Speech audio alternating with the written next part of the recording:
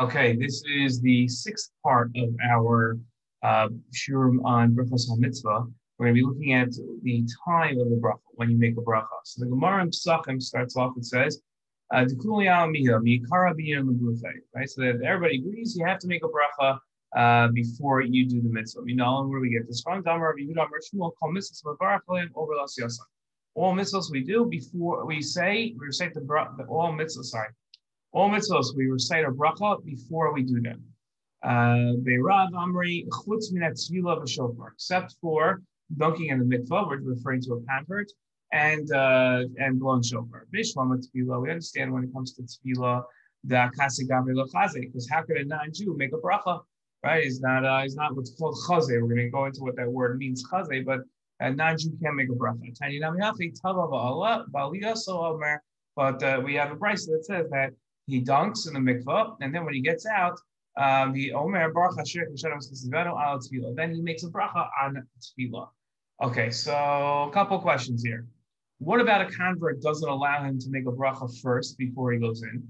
What's this concept of chazi, and why does it prevent a convert from making a bracha before they dip in the mikvah? And if a convert can't make the bracha before fulfilling the mitzvah, so why do they recite it afterwards? As why not just omit the beracha altogether? What's accomplished by reciting a beracha after you've already dipped in the mikvah?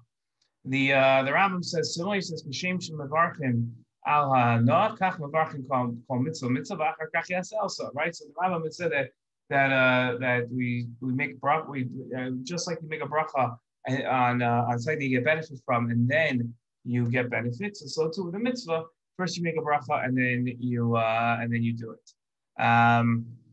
So the Rambam says, mitzvah below berach. Let's say somebody makes a bracha, but it does a mitzvah and he hadn't made a bracha on it. If the mitzvah is still going on, then he makes the bracha after he's already started doing it. But if it's something that it's done already, then he doesn't make a bracha. Okay, so what's an example of this?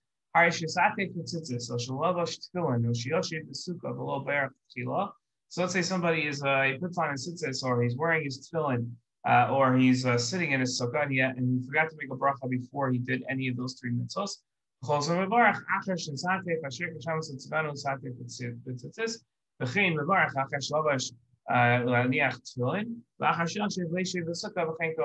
So if he has his work, so as long as he's still wearing his towels and his tefillin and he's still sitting in the sukkah, so then he makes a bracha as he's still sitting in it. Okay, so if you're still doing the mitzvah, the Rambam is saying you can still make the berachos on mitzvah, but how can the berachos on mitzvah be said after the mitzvah has already been started?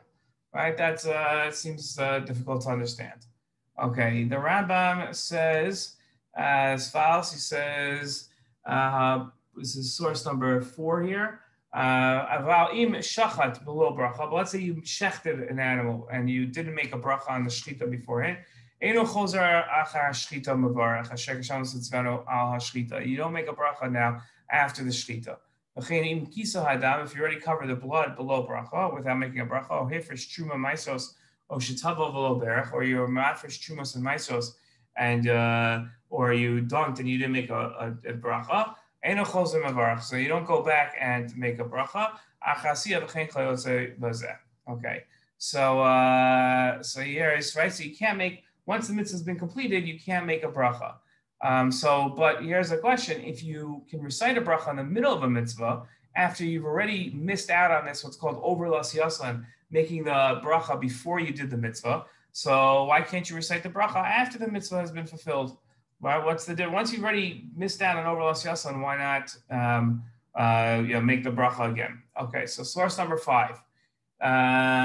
There's no mitzvah that you make a bracha after its fulfillment, except for the tefillas hager, the dunking in the mikvah of a convert. Right, so because he can't say the words that he was commanded because he's a non-Jew.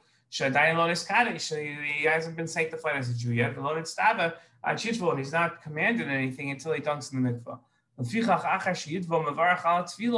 Right, so therefore, after he dunks in the mikvah, he makes a beracha on the tefillah. because he was he wasn't allowed to beforehand, and he wasn't right to make a beracha.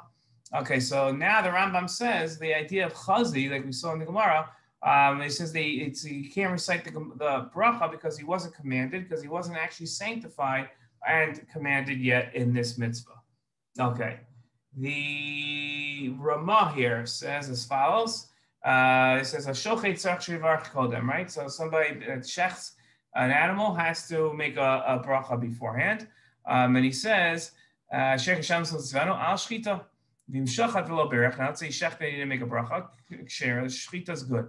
Now the Ramah says v'imshachat davar the isyaled bo reyusav tzarich bedika. Let's say you shechted something and then you see that there's something funny with the body and yet it needs a checking.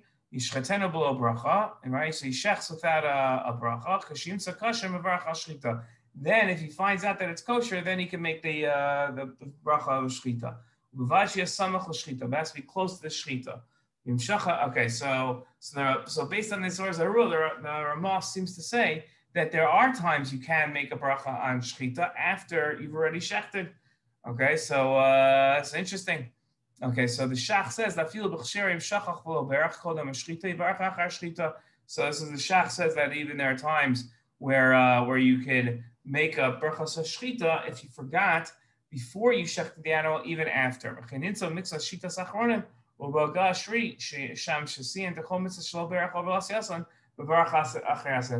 the Gasa Shri says, the Shach is quoting this Gasa Shri, that says that berachos, you can still make berachos even after you've done them. So how does this work, right? So how does it work that you can make a beracha that's not over l'asiyatan?